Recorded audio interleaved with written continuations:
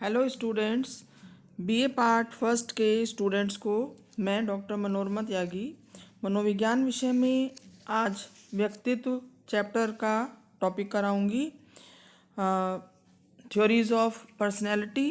इससे पहले वीडियो में मैंने आपको आलपोर्ट का शीलगुण सिद्धांत बताया था।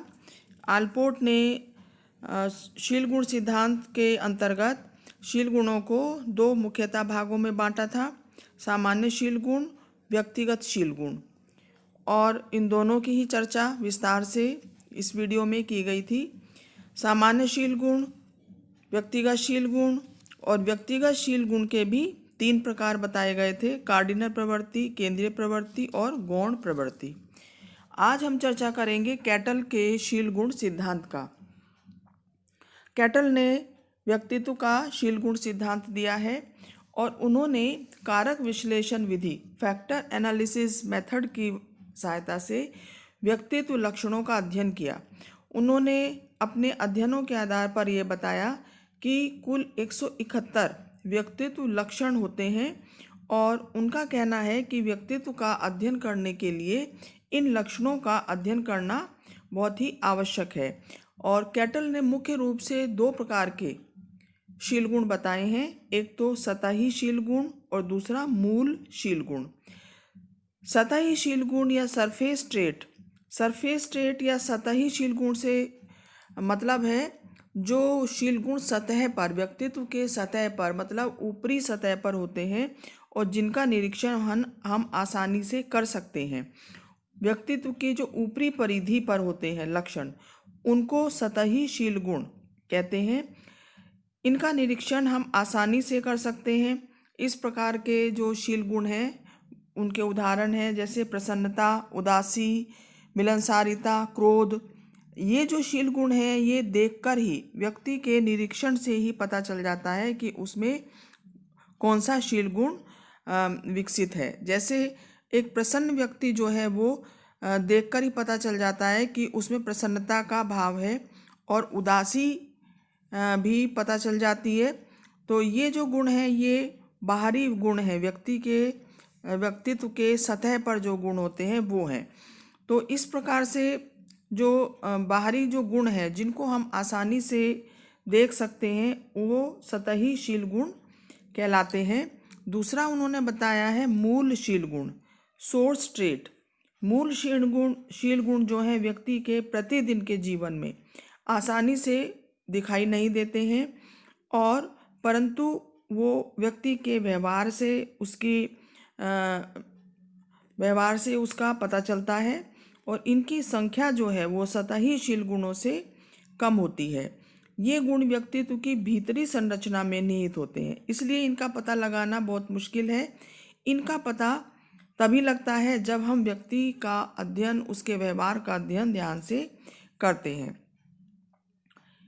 तो इस प्रकार के जो शीलगुण हैं जैसे दया, प्रेम, निस्वार्थता, ये सतही शीलगुण में अगर इनको मिला दिया जाए तो एक मूल शीलगुण बन जाता है जिसको परोपकारिता कहते हैं।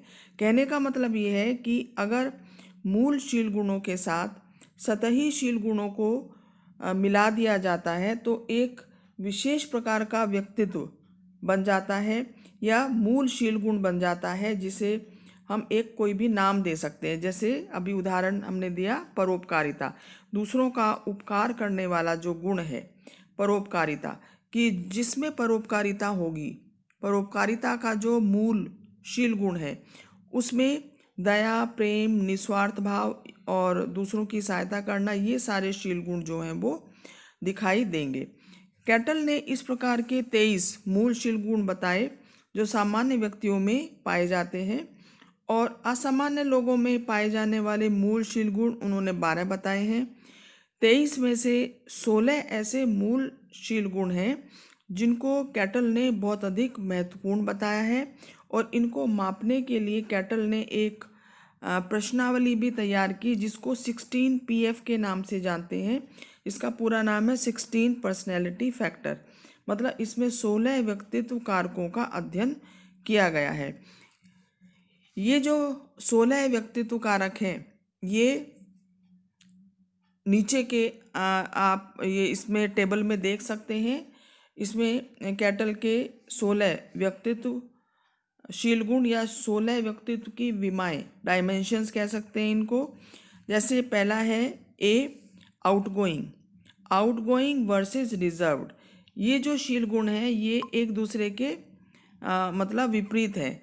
जैसे आउटगोइंग का मतलब है कि जो व्यक्ति बाहर मिलनसार होना, बाहर आना जाना, और रिजर्व का मतलब है अपने तक सीमित रहना या संकोचशील होना, रिजर्व होना, अंतर्मुखी होना।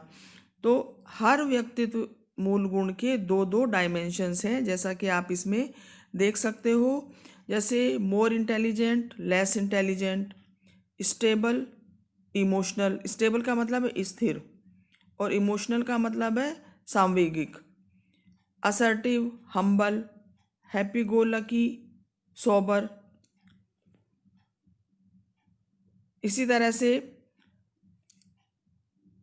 जो गुण हैं वो दिए गए हैं इसमें। Venturesome, shy, tender minded, tough minded, suspicious, trusting.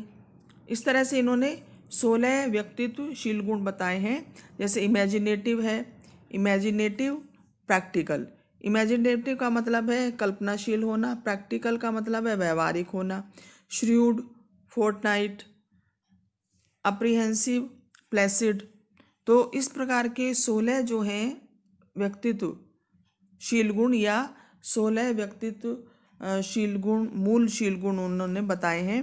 Cattle का कहना है कि कुछ मूल शील गुणों का विकास आनुवंशिकता द्वारा प्रभावित होता है, और कुछ मूल शील गुण जो है वो व्यक्ति वातावरण से सीखता है। मतलब कुछ शील गुण ऐसे होते हैं जो व्यक्ति अपने वंश से लेकर प्राप्त करता है, और कुछ मूल शील गुण वो जैसे वातावरण में रहता है उसमें रहकर वो सीखता है। तो इस प्रकार से उन्होंने ये बताया कि कैटल ने व्यक्तित्वशील गुणों का अध्ययन करने के लिए 3 विधियां बताई। जीवन अभिलेख मतलब लाइफ रिकॉर्ड, दूसरा आत्म रेटिंग, सेल्फ रेटिंग, और तीसरा है वस्तुनिष्ठ परीक्षण।